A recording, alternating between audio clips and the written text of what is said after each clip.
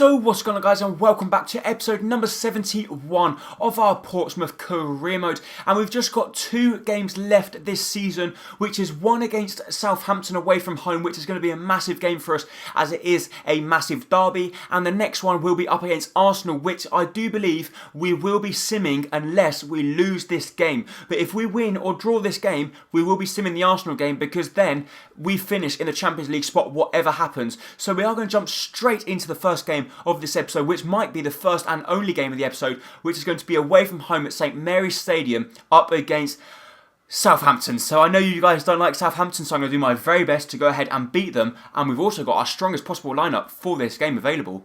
Good chance for Southampton here. Isco is beating Bergwijn for pace. He runs down the wing, he actually plays the ball back to Cedric, and they play the ball back to Isgrove. We've got to do our best to prevent the ball from coming into the box. Cedric has actually got the ball. He whips it to the far post to Graziano Pelle. And Graziano Pelle can only hit the side netting from a tight angle. And that was lucky for us there that he couldn't hit the target. Good ball through to Kishner here. Kishner is through. He's got to try and take on Gardas, which he does do with a fake shot. He cuts back inside and he does actually lose the ball. But it is promising from Kishner, because Kishner is the only player so far this game that's starting to cause any trouble whatsoever. Kingsley Coman trying to win the ball back there, and he has actually gone down with an injury. Hopefully it's not going to be serious, because we've already lost Nori to an injury. The last thing we want to do is lose Kingsley Coman, who is probably one of our best players, to another injury. However, Ruben Loftus-Cheek plays the ball through to Kishner here. Kishner's through one-on-one with Target. He cuts back inside past Target. Can he strike it? He does do, and it's a really good save from Gazzaniga. And we find ourselves 1-0 down. How has Graziano Pelle scored from there? He has somehow managed to win the header above Alves, which, okay, isn't that difficult because Alves isn't the tallest player in the world. But Shiplog has got to be saving that. It's a good, powerful header, but the angle is so tight and he somehow managed to squeeze it in. A lovely ball through to Bailey here. Bailey's through. Bailey strikes it, and Bailey has found the back of the net just before the half-time break. Our player that is standing in for Nori, the injured centre attacking midfielder. I did take a risk. I could have played safe and not played with Bailey, but I decided to play with him. What a ball that is from Ruben Loftus-Cheek. And what about that for a finish with his left foot? Leon Bailey scored now 5 goals in the Premier League. And that's 5 goals in pretty much the last month and a half, because before that, he wasn't scoring at all. Hatchin Mastro's taking on his man here. He can see Kingsley Coman is going to thread the ball through to him right at the perfect time. Can Kingsley Coman find the back of the net? No, he can't, because Gazzaniga pulling off a really good stop on the one-on-one situation.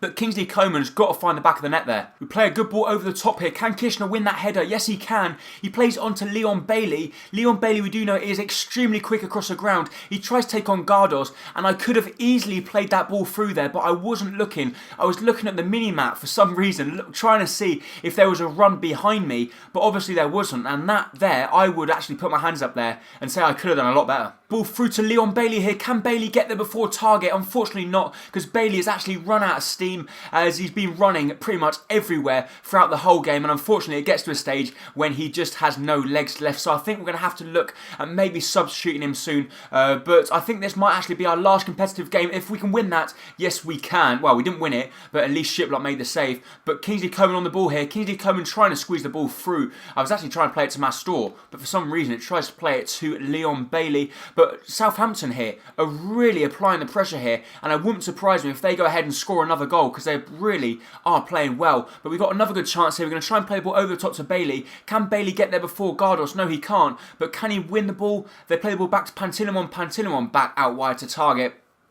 And it looks like with just 15 minutes left to play in the game, unless Southampton score, we are going to be secured a Champions League spot, unless we can go ahead and score here. We've got the ball with Bergwijn. Bergwijn strikes it. What a save it is. It goes up in the air and it goes into the back of the net. What a bizarre goal. Bergwijn celebrates, but I do think it's going to go down as a Gazzaniga own goal, and that now is surely secured our place in the Champions League next season. As you see there from the goal line decision technology, the ball had in fact clearly passed the line. I don't even know where the ball is.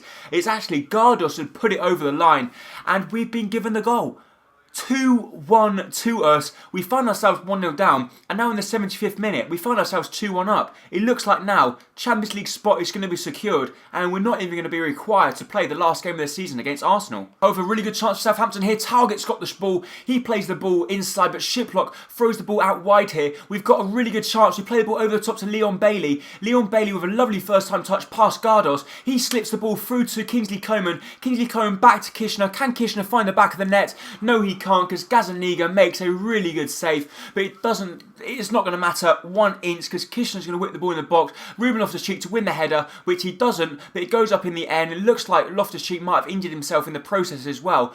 But we're hoping we don't concede now, because with just 1 minute remaining, we're going to get the ball with Mastor. Mastor clears it into the crowd, and now it looks like we're going to win the game against Southampton. So the referee blows the final whistle. We end up winning the game 2-1 against Southampton. We come back from 1-0 down to win the game 2-1. Leon Bailey is my man of the match. He picked up a goal for us and he played very well. And we have secured Champions League position next season. What a fantastic, world-class performance by us. We are somehow in the Champions League next season. Just to make things even better, Kingsley Coman has now hit the 76 rated, and Bailey's also so close to going up to a 73 now. So we are going to sim the last game of the season, which is going to be up against Arsenal, and Arsenal can't do anything. If we win the game, we will be definitely secured 3rd place in the league. If we lose it, we could drop down to 4th, but it doesn't matter because we're going to be secured Champions League spot, whatever happens. So the player of the competition of the FA Cup has been announced as Wayne Rooney, and the player of the competition for the Europa League has been named as Icardi. But we're now going to jump into this game up against Arsenal. We are going to go ahead and sim it with pretty much our first team lineup. Can we get anything from the game? A point would be good because that might secure 3rd place, and we end up actually winning the game. Kingsley Coman and Aaron Leia-Iseka picking up the goals for us. Aaron Ramsey also getting sent off in that game. And what a way to finish the season. We have finished in 3rd place in the league, just 1 point off a 2nd spot. What a fantastic league performance by us. We finished in the Champions League spot. We're going to wrap up this episode now with pretty much some player training. Bailey now hitting the 73 rating. And wow, it's just a dream come true, isn't it? So we've actually received the Manager of the Month award, and we got tournament prize money of 20.25 million for actually finishing in the Champions League spot, which is fantastic for us. And Pablo Rivera has accepted his contract, which is a scout player that we actually found. And apart from that, guys, I think we're just going to wrap up the season now with doing a little bit more player trainings. We're actually going to take Dahoud out now, and instead of Dahoud, we're going to put someone else in. Who do we put in? Do we put Kishner in? Do we put Kingsley Coman, Leia-Iseka? We can put a centre-back in as in Joe Gomez. Joe Gomez, where's he gone? There he is. Joe Gomez we can put in, or we can put in Alves. I think we're going to put in Alves for the time being, so I think we are going to keep him at right back. But at left back, I think we're going to try and sign a new left back next season. But from the player training, a lot of them getting pretty decent ratings, and hopefully at least one of them can go up before the end of the season. So Shiplock has now hit the 80 rated from the player training. That's the main reason why I wanted to put him on, because he was seeming to be on the 79 rated for ages, and he's now hit the 80 rated. So he's our first 80 rated player. So for the last training session before we end the season, can anyone increase in their rating? Unfortunately not, but Kingsley Coman close to the 77 and Bailey close to the 74. And we've now ended the season, and what a performance it is from us. The top goal scorer did in fact finish as Enner Valencia, and well, what a performance by us. Manager of the season has been announced as Manuel Pellegrini for obviously winning the league, I should say. And that's it. We've finished the season. We're going to end the season on a high. And as you see, the club has come back to us and says before the season started, they want us to finish mid-table. And they just can't believe that we've managed to finish in the top 4. And they think we've done pretty well as well in the cup, which is always good to see because we got to the semi-final and we went out in very poor fashion. But still, we have done it. Champions League spot. I'll see you next season. So we've now arrived into the new season. We're going to have a look at our league objectives, and the domestic cup, they want us to reach the round of 16, and the league objective, they want us to qualify for the Europa League.